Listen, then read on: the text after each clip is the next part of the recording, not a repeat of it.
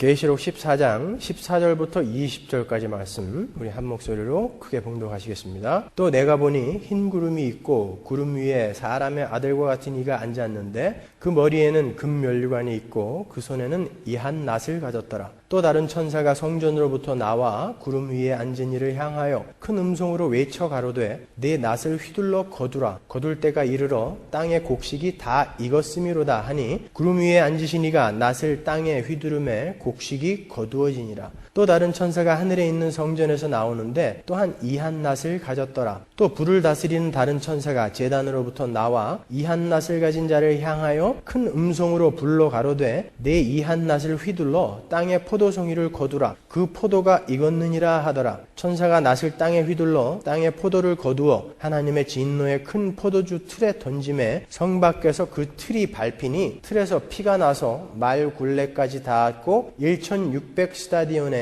퍼졌더라. 아멘. 오늘 요한계시록 14장을 다 마치도록 하겠습니다. 제가 말씀드리기를 요한계시록 12장부터 14장은 요한계시록 전체의 요약이며 더 나아가서 성경 전체의 요약인 하나님의 구속사역을 일목요연하게 기술해 놓은 부분이라고 제가 말씀드렸어요. 그래서 12장 처음에 여인이 낳는 아이 예수 그리스도의 탄생 이야기로부터 출발을 해서 그 예수 그리스도의 승리로 말미암아 탄생하게 된 교회가 이 땅에서 어떻게 살게 될 것이며 사탄의 세력은 그 성도들을 어떻게 공격할 것이라는 것에 대해서 설명해 나가다가 14장에 와서는 초반부에 성도들의 최종 승리를 그리고 있어요. 그리고 그 마귀의 세력들이 어떻게 최종 심판을 받을 것인가에 대한 내용으로 결론을 짓고 있는 거예요. 우리가 오늘 공부할 부분이 바로 그 결론의 부분이에요. 심판. 먼저 14절부터 보겠습니다. 또 내가 보니 흰 구름이 있고 구름 위에 사람의 아들과 같은 이가 앉았는데 그 머리에는 금면류관이 있고 그 손에는 이한 낫을 가졌더라. 구름 위에 사람의 아들과 같은 이가 등장하죠. 그분은 머리에 금면류관을 쓰고 계시고 손에는 이한 낫을 갖고 계시다. 그래요. 이한 낫이라는 것은 날이 시퍼렇게 선 낫을 이야기하는 거예요. 우리는 금방 그분이 예수님이라는 것을 알 수 있죠. 우리가 전에 공부했던 다니엘서 7장으로 가서 한번 확인하고 가겠습니다. 다니엘서 7장 13절 내가 또 밤 이상 중에 보았는데 인자 같은 이가 하늘 구름을 타고 와서 옛적부터 항상 계신 자에게 나와 그 앞에 인도되매 그에게 권세와 영광과 나라를 주고 모든 백성과 나라들과 각 방언하는 자로 그를 섬기게 하였으니 그 권세는 영원한 권세라 옮기지 아니할 것이요 그 나라는 패하지 아니할 것이니라.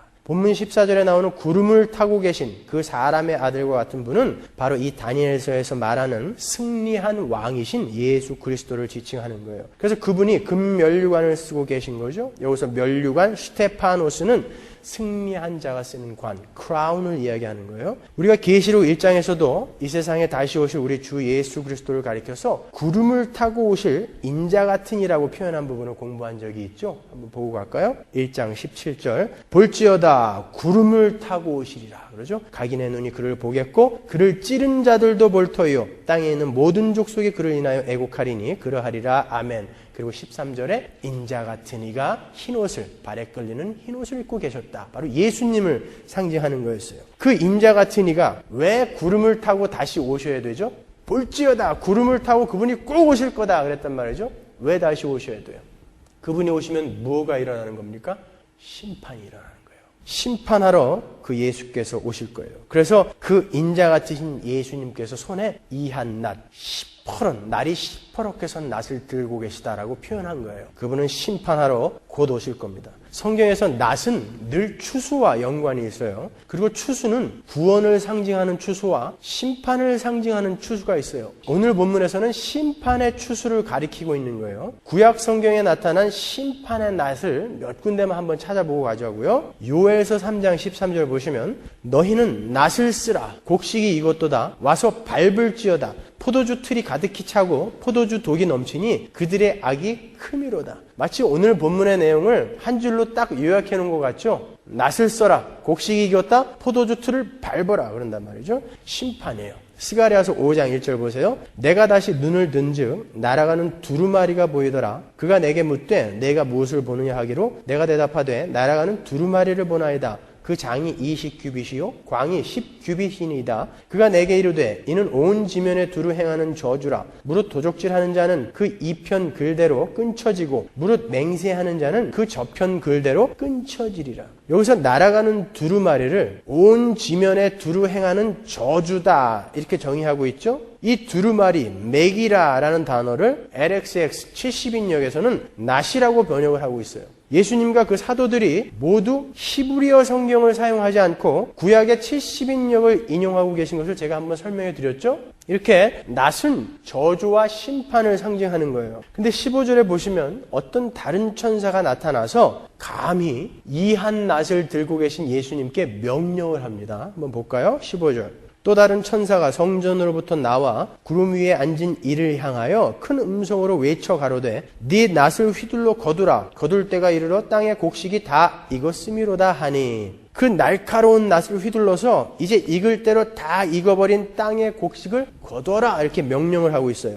여러분 예수님께 명령을 하실 수 있는 분은 누구죠? 오직 한 분, 하나님이에요. 그럼 이 천사는 지금 누구의 명령을 전달하고 있는 거예요? 하나님의 명령을 전달하고 있는 거예요. 그래서 15절에 그 천사가 하나님이 계신 성전에서 나왔다라고 표기를 하고 있는 거예요. 근데 왜 예수님께서 그 명령을 받고 난 후에야 이 한낫을 휘둘릴 수 있을까요?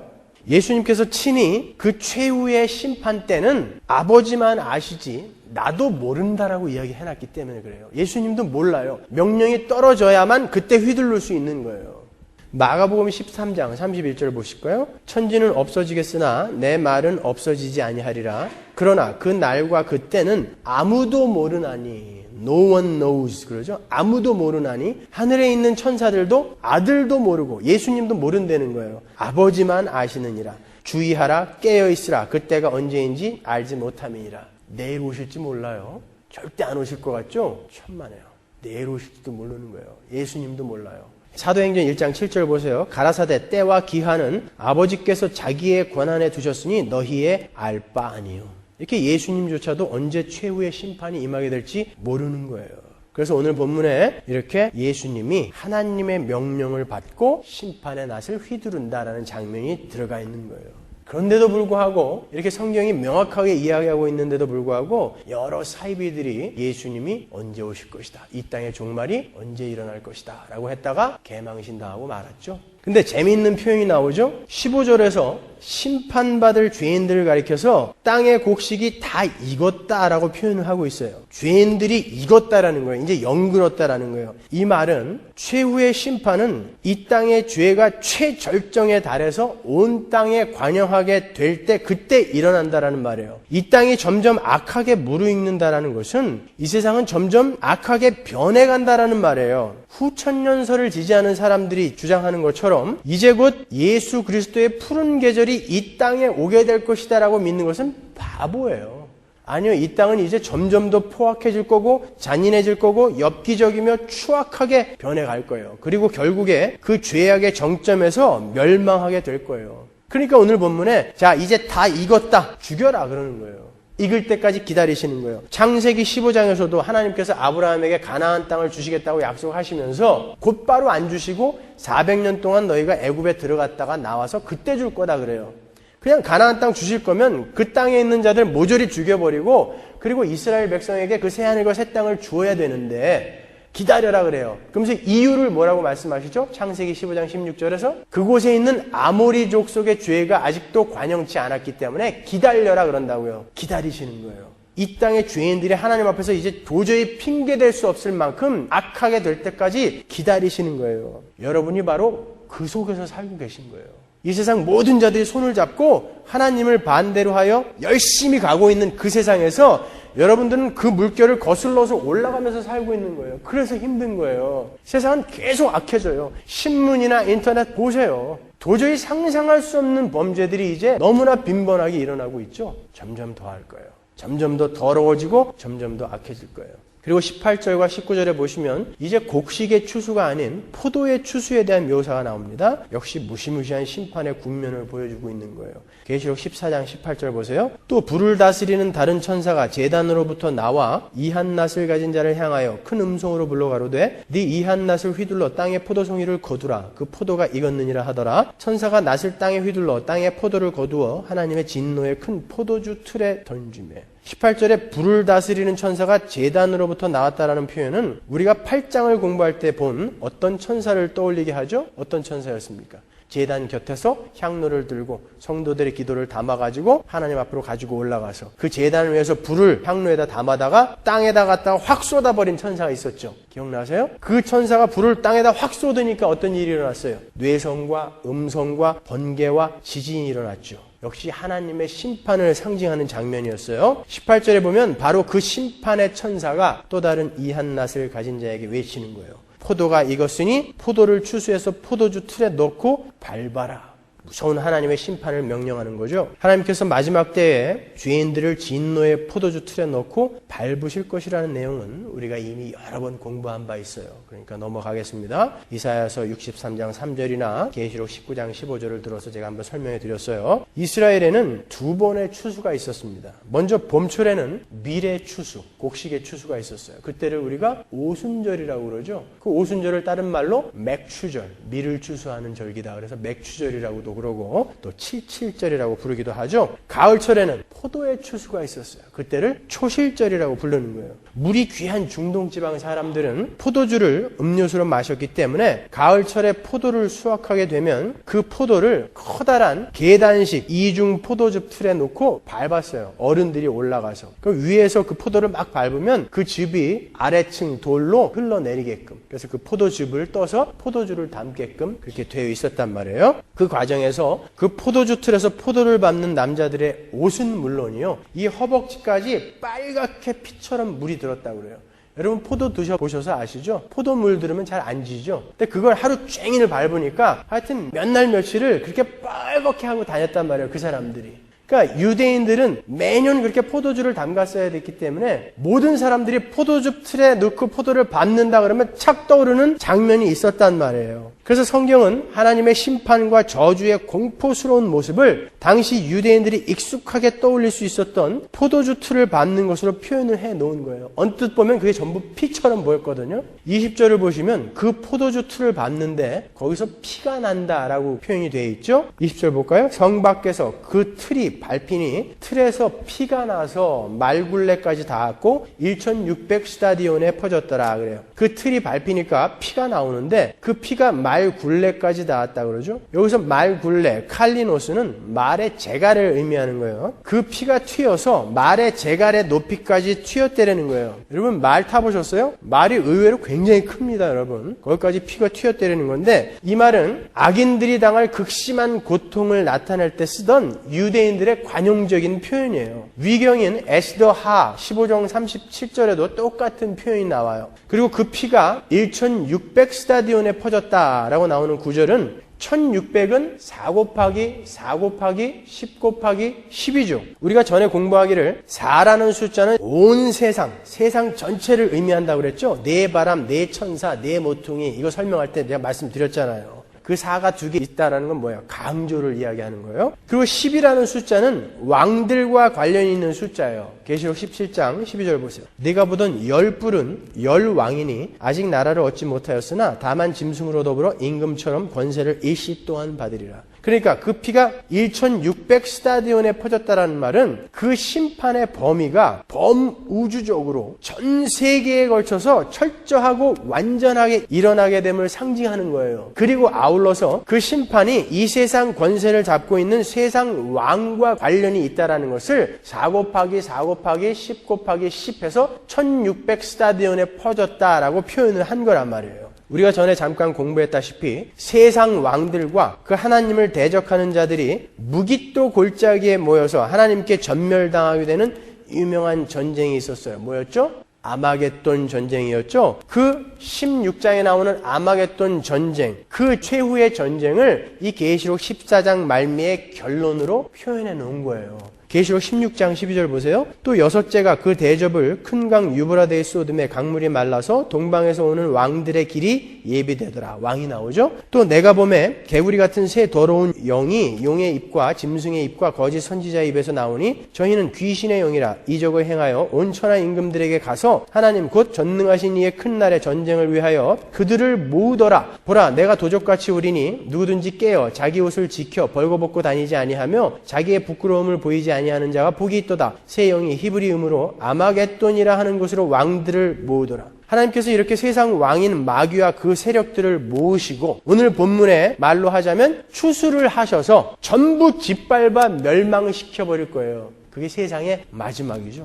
이 아마겟돈 전쟁은 또 21장의 백보자 심판과 동일한 사건이에요. 그러니까 세대주의자들의 그런 엉터리 해석 따라가지 마시란 말이에요. 20장 11절 보세요. 또 내가 크고 흰 보좌와 그 위에 앉으신 자를 보니 땅과 하늘이 그 앞에서 피하여 간데 없더라. 또 내가 보니 죽은 자들이 물은대소하고 그 보좌 앞에 섰는데 책들이 펴있고 또 다른 책이 펴졌으니 곧 생명책이라. 죽은 자들이 자기 행위를 따라 책들에 기록된 대로 심판을 받으니 바다가 그 가운데서 죽은 자들을 내어주고 또 사망과 음부도 그 가운데서 죽은 자들을 내어주매 각 사람이 자기의 행위대로 심판을 받고 사망과 음부도 불못에 던지우니 이것은 둘째 사망 곧 불못이라. 누구든지 생명책에 기록되지 못한 자는 불못에 던지우더라. 무시무시한 최후의 심판을 이야기하는 거예요. 여러분들은 반드시 이 심판에 던져질 거예요. 그러나 예수 안에 있는 하나님의 백성들은 거기서 건져지게 되는 거죠. 그게 구원이에요. 이게 무슨 중공군과 아시아군이 연합해서 이스라엘과 싸우는 그런 전쟁이겠습니까?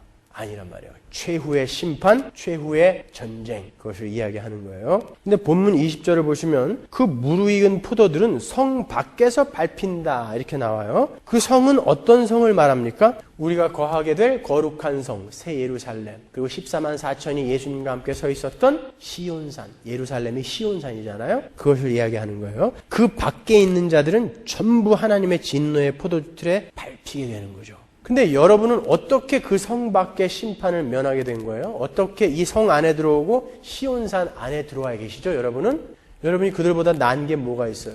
그들하고 똑같이 여러분은 못되고 악하고 더러운 삶을 지금 현재 살고 계시잖아요. 아닌 것처럼 그렇게 앉아 계시지만. 근데 어떻게 여러분은 성 밖의 그 심판을 면하게 되신 거죠? 어떻게 그 포도주 틀의 심판을 면하게 되셨습니까, 여러분? 우리 예수님께서 여러분을 품어 안고 여러분을 대표하고 대신하여 영문 밖에서 그 성 밖에서 포도주 틀에 자기가 밟혔기 때문에 그런 거예요. 그래서 우리는 그 포도주 틀과 전혀 상관없는 자들이 되어버린 것입니다. 우리가 세상 사람들과 다른 게 뭐가 있어요? 뭐가 잘난 게 있어요? 근데 우리들은 하나님이 택하셔서 예수님 안에 넣어서 예수님을 밟아버리신 거예요, 하나님이. 그래서 우리는 이렇게 자유를 얻게 된 거란 말이죠. 히브리서 13장 12절 보세요. 그러므로 예수도 자기 피로써 백성을 거룩해 하려고 성문 밖에서 고난을 받으셨느니라. 성경이 이렇게 정확하다고요. 우리의 피가 튀어야 할 성문 밖 그 자리에서 예수 그리스도의 피가 튄 거예요. 우리의 살이 찢겨야 할 성문 밖 그 자리에서 예수 그리스도의 살이 찢긴 것입니다. 그래서 우리는 그 저주의 포도주 틀에서부터 자유로워진 거예요. 그럼 이제 막 살아도 됩니까? 히브리서 13장 13절. 그런즉이라는 건 뭐예요? 그 위에 12절을 받는 거죠? 예수께서 우리를 대신해서 성문 밖에서 고난을 당하셨은즉 우리도 그 능력을 지고 영문 밖으로 그에게 나아가자. 어떻게 하라고요? 우리도 그 능력을 십자가를 지고 같이 그에게로 나아가자라는 거예요. 우리가 여기는 영구한 도성이 없고 오직 장차 올 것을 찾나니 이러므로 우리가 예수로 말미암아 항상 찬미의 제사를 하나님께 드리자. 이는 그 이름을 증거하는 입술의 열매니라. 오직 선을 행함과 서로 나눠주기를 잊지 말라. 이 같은 제사는 하나님이 기뻐하십니다. 마음대로 살라가 아니라 이제는 그 구원을 받은 자로서 그 은혜를 인식한 자로서 예수님의 고난에 동참하여 우리도 우리의 욕심과 야망을 따르지 말고 자기를 부인하며 십자가를 지고 예수님께로 나아가라는 거예요. 그리고 지금은 보이지 않지만 장차 올 영구한 도성을 바라보면서 그 새하늘과 새 땅을 바라보면서 항상 하나님을 찬송하며 선을 행하며 서로 나눠주며 그 다가올 도성을 기다려라. 그게 신앙생활이다 라고 히브리서 기자가 이야기하는 거예요. 여러분 오늘 나눠드린 조셉 얼라인의 책을 집에 가서 한번 잘 읽어보세요. 집에서 비디오 같은 거 보지 마세요. 저도 우리 집사람한테 이제 다시 우리 집에 비디오가 있으면 너는 당장 쫓겨난다. 그럴 시간 없어요, 여러분. 한번 잘 읽어보세요. 진짜 구원받은 사람들이 어떻게 사는지 한번 잘 읽어보세요. 그리고 여러분은 진짜인지 아니면 회개하십시오. 여러분, 우리가 오늘 공부한 것처럼 그대로 이 땅의 종말은 임할 거예요. 하나님의 무시무시한 심판은 도적처럼 우리에게 닥치게 될 거예요. 어느 누구도 그 심판의 포도주 틀에서 벗어날 수 없어요. 이 세상에 태어난 모든 인간이 죽음을 통과하게 되듯이 이 세상에 태어난 모든 인간이 그 심판대에 반드시 서게 됩니다. 여러분은 그때를 준비하시는 거예요. 영원의 시작인 바로 그때를 준비하시는 거예요. 이 땅에서 여러분들의 배를 위해서 사는 것이 여러분의 목적이 되어서는 안 되고 그때를 준비하시는 거예요. 왜 사람들이 예수를 믿는다고 하면서도 여전히 엉터리로 사는지 아세요? 대부분의 인간들이 자기와 죽음과는 아무 상관이 없다고 믿기 때문에 그래요. 아니요, 여러분 다 죽어요. 오늘도 수많은 병원의 응급실과 중환자실에서 사람들이 죽어나가고 있어요. 그러니까 그런 병원에 가끔 한번 가보세요. 거기에 얼마나 많은 사람들이 죽어가고 있는지 한번 보세요. 오늘도 수많은 자동차 사고와 화재 이런 것들로 사람들이 죽고 있어요. 그 죽음이 여러분만은 꼭 피해간다는 보장이 있습니까? 오늘도 수많은 사람들이 이렇게 영문도 모른 채 아무런 준비 없이 하나님의 심판대로 올라가고 있어요. 그 포도주 틀로 지발로 올라가고 있는 거예요. 그들이 여러분보다 못 배워서 죽는 거 아니에요. 여러분보다 그들이 능력이 없어서 가난해서 죽는 것도 아닙니다. 모든 인간은 죽어요. 그런데 대부분의 인간들이 그 죽음과 자기와는 아무 상관이 없다라고 그렇게 철떡같이 믿고 있기 때문에 그렇게 막 사는 거예요. 그리스도인들이라는 것은 그 죽음과 심판을 정확히 인식하고 그 죽음 뒤의 삶을 준비하는 사람들인 거예요. 여러분, 사람이 살고 죽는 거 그렇게 대단한 거 아니에요. 여러분이 후 하고 지금 숨을 내쉬고 나서 여러분의 코가 그 숨을 다시 들이마시지 못하면 죽는 거예요. 그래서 불교에서는 죽음을 무비공이라고 그러죠. 없을무, 코비, 구멍공. 콧구멍이 막힌 상태, 이게 죽음이에요. 별다른 거 아니에요. 죽음은 그렇게 우리에게 가까이 와 있어요. 2600년 전에 이사야도 너희들 죽는다라는 게 뭐 그렇게 대단한 거라고 생각하지 말아라. 그리고 사람이 무슨 대단한 존재라고 생각하지 말아라. 그냥 코에서 숨만 끊어지면 끝이다 라고 이야기해놨다고요. 이사야서 2장 22절 보세요. 너희는 인생을 의지하지 말라. 그의 호흡은 코에 있나니 수에 칠 가치가 어디 있느냐. 표준 세번역으로 볼까요? 너희는 사람을 믿지 말라. 코에 숨이 붙어 있을 뿐 아무 보잘것 없느니라. 사람은 코에서 숨이 끊어지면 그냥 끝이에요. 죽음은 그렇게 우리와 가까이 있어요. 여러분이 오늘 저녁에 잠이 들어서 내일 아침에 지옥에서 눈 뜰 수 있어요. 우리가 그렇게 이 땅에서 그 코의 호흡이 딱 끊어지는 그 순간 사람들은 우리를 다른 호칭으로 불러요. 여러분들이 아무리 중환자실에 있건 아무리 연약하건 힘이 없건 코마 상태에 있건 식물인간의 상태로 있건 코에 숨이 붙어있을 땐 여러분은 사람이죠. 그러나 이 코에서 숨이 딱 끊어지는 순간 여러분은 시체로 불리는 거예요. 그리고는 곧 살아있는 것들과 격리가 되죠. 병원에서 죽은 자들은 곧 냉동실로, 시체를 보관하는 냉동실로 옮겨지게 되고 집에서 죽은 자들은요, 병풍 뒤로 옮겨지는 거예요. 그 앞에 이제 향이 피어지게 되겠죠. 그리고는 곧 썩습니다. 여러분, 사람 썩는 냄새 맡아보셨어요? 제가 시골에서 자라면서 많은 초상을 치르면서 병풍 뒤에서 사람이 썩는 것을 실제로 많이 봤어요. 그리고 무덤 이장할 때 제가 그 곁에서 한번 본 적이 있는데 그 냄새를 이루 말할 수가 없어요. 인부들이 오죽하면 땅을 파다가 도망가요. 그 냄새 때문에. 돈을 준다고 그래도. 우리는 곧 그렇게 썩을 거예요. 그래서 영안실이나 병풍 앞에 향을 그렇게 지독하게 피워놓는 거예요. 그 썩는 냄새를 감추기 위해서. 죽어버린 인간의 몸이 얼마나 더럽고 쓸모가 없는지 그 몸 안에서 기생하던 기생충이 사람의 숨이 딱 끊어지자마자 이 온 구멍으로 다 나옵니다. 아세요? 그래서 사람이 죽자마자 구멍을 다 막는 거예요. 인간은 그런 거예요. 숨만 끊어지면 전혀 쓸모없는 고기 덩어리가 되는 거예요. 여기에 있는 모든 분들이 바로 그 병풍 뒤로 갈 거예요. 여기에서 향후 50년 후에도 여전히 숨 쉬고 있을 분이 몇 분이나 계십니까? 몇 명 안 돼요. 50년 후에 가나 30년 후에 가나 10년 후에 가나 3개월 후에 가나 여러분은 모두 똑같이 병풍 뒤로 가야 돼요. 10년 더 사나 20년 더 사나 그게 문제가 아니에요. 우리는 글로 간다라는 게 중요한 거예요. 예전에 제가 의대생들의 해부학 실험실에 잠깐 들어가 본 적이 있어요. 해부학 실험 때마다 아주 깨끗한 시체 49가 그 실험대 위에 쫙쫙 놓입니다. 거기에는 나이 든 시체, 젊은 시체, 젊은 아낙네, 어떤 시체는 용문신을 한 시체도 있고요. 아주 각양각색의 시체들이 머리를 빡빡 끼운 채 벌거벗겨진 채 실험대 위에 놓이게 돼요. 이제 실습생들이 딱 들어오면 그 배는 여지없이 메스로 다 갈려요. 그리고 그 내장들이 하나하나 그 뱃속에서 떨어져 나와서 실험용 병에다가 다 담깁니다. 머리통을 전기톱으로 잘라요. 그 안에 있는 뇌를 끄집어낸다고요. 그리고 그것도 병에 들어가죠. 제가 볼 땐 그건 그냥 실험용 마네킹 같았어요. 근데 사람이었어요. 그들도요. 분명 거기에 누워있는 시체들도 그 코에 숨이 붙어있는 동안에는 청운의 꿈과 야망을 품고 있었던 사람들이에요. 거기 누워있던 그 아낙네들이 살아있는 동안에 그 얼굴에 발랐던 화장품들과 그들이 심사숙고하면서 골라 입었었을 그 화려한 옷들을 제가 한번 생각해 봤어요. 미용실에는 얼마나 또 자주 갔을까요? 그러나 그 코에서 숨이 멎자 그녀에게는 더 이상 향기나는 화장품이 필요 없어요. 화려한 옷이 필요 없어졌어요. 벌거벗겨졌어요. 머리를 빡빡 깎이우고 벌거벗겨져서 그 실험대 위에 척 놓여있게 되는 거예요. 여러분, 그게 인간의 말로예요. 그들도 코에 숨이 붙어있을 때는 여러분처럼 이 세상에서 자기의 유익을 위해서 다투고 시기하고 부부싸움하고 모함하고 행복해하고 기뻐하고 슬퍼하고 병들고 우리가 하고 있는 모든 것들을 다 하면서 살았다고요. 그러나 모든 인간이 그 자리로 간다니까요. 여러분들하고 그 시체하고 뭐가 달라요? 코에 숨이 붙어있는 것밖에 다른 거 없어요. 우리는 겨우 그런 존재예요. 그 실험이 끝나면 1000도가 넘는 화장터의 불꽃 속으로 들어가야 돼요. 아니면 반평도 안 되는 땅속에 들어가서 곧 썩어버려야 되는 거예요. 그렇게 썩어버리면 우리는 공으로 다 없어지는 건가요? 아니에요. 그 이후에 그러한 처참한 모습과는 비교할 수도 없는 어마어마한 심판의 포도주 틀이 있다니까요. 그 무시무시한 심판의 포도주 틀을 그런 죽음들로 이 땅에서 조금씩 보여주시는 거예요, 우리에게. 그러니까 너희들은 그 죽음 이후의 삶을 준비하며 살아라. 이게 성경이란 말이에요. 근데 여전히 여러분 그 썩어 문드러질 그 마네킹 같은 60만을 위해서 사실 것입니까? 그 이후에 영원한 삶을 준비하셔야죠. 갈라디아서 6장 8절 보세요. 자기의 육체를 위하여 심는 자는 육체로부터 썩어진 것을 거두고 다 썩어 문드러지는 거예요. 성령을 위하여 심는 자만 성령으로부터 영생을 거두리라. 우리 그거 준비하는 거라니까요. 그게 기독교란 말이에요. 근데 아픈데 손은 드세요. 다 낫게 해주실 거예요. 그래서 10년 더 살면 그 사람은 안 죽습니까? 엘리야처럼 불병거 타고 그냥 살아서 하늘로 올라가나요? 뭐가 기독교예요 도대체? 여러분들이 아무리 좋은 아방궁을 쌓고 아무리 엄청난 재산을 이 땅에서 쌓아놓는다 할지라도 여러분 병풍 뒤로 안 들어갈 자신 있으세요?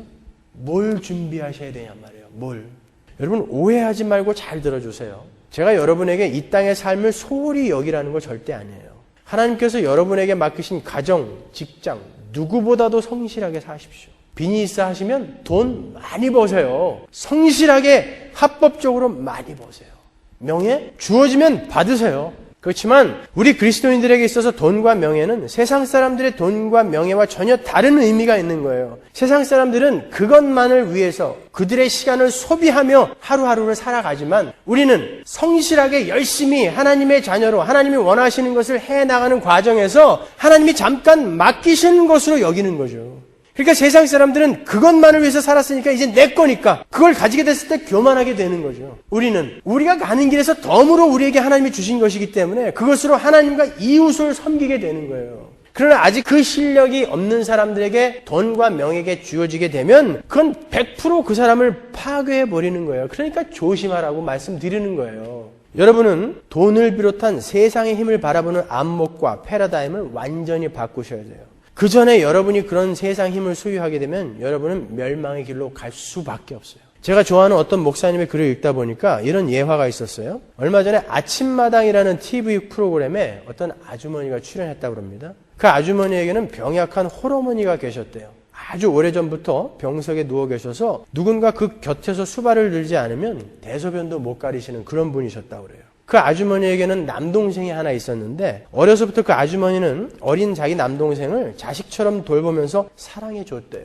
그래서 그 남동생이 장가를 가게 되었을 때 그 아주머니가 자기 남동생이 결혼을 해서 세댁과 함께 그 병든 어머니를 모시고 수발을 들게 될 게 너무 안타까워서 자기 남편에게 동의를 얻어서 그 친정 어머니를 자기 집에 모시고 10수년간 병수발을 해드렸다는 거예요. 아주 기꺼이 기쁜 마음으로 어머니와 동생을 위해서 그렇게 했다는 거죠. 근데 어머니가 오랜 병고 끝에 돌아가시기 얼마 전에 그 아주머니를 놓고 유언을 하셨대요. 그 병든 할머니에게는 서울 변두리에 아주 작은 집이 한 채 있었는데 그걸 전세를 주고 있었다는 거죠. 근데 그걸 아무도 몰랐대요. 근데 그 할머니가 마지막 유언을 남기시면서 그 아주머니를 불러놓고 얘야 그 집은 네 남동생 주자 그랬대요.